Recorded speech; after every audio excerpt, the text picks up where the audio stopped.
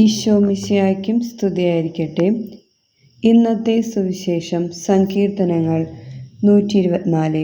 കർത്താവ് പറയുന്നു, കർത്താവിൻ്റെ നാമം നമ്മുടെ രക്ഷ.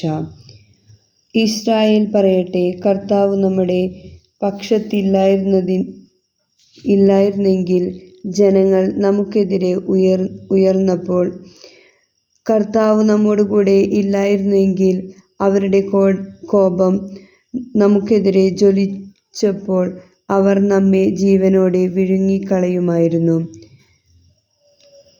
ജലപ്രവാഹം നമ്മെ ഒഴുക്കിക്കളയുമായിരുന്നു. മലവെള്ളം നമ്മെ മൂടിക്കളയുമായിരുന്നു. ആർത്തിരമ്പുന്ന പ്രവാഹം നമ്മുടെ മേൽ കവിഞ്ഞൊഴുകുമായിരുന്നു.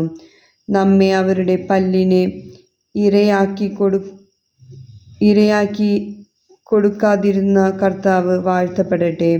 വേടൻ്റെ കെണിയിൽ നിന്ന് പക്ഷിയെന്ന പോലെ നമ്മൾ രക്ഷപ്പെട്ടു. കെണി തകർന്നു നാം രക്ഷപ്പെട്ടു. ആകാശവും ഭൂമിയും സൃഷ്ടിച്ച കർത്താവിൻ്റെ നാമത്തിലാണ് നമ്മുടെ ആശ്രയം. നമ്മുടെ കർത്താവായ ഈശോ മിശിഹായ്ക്ക് സ്തുതി.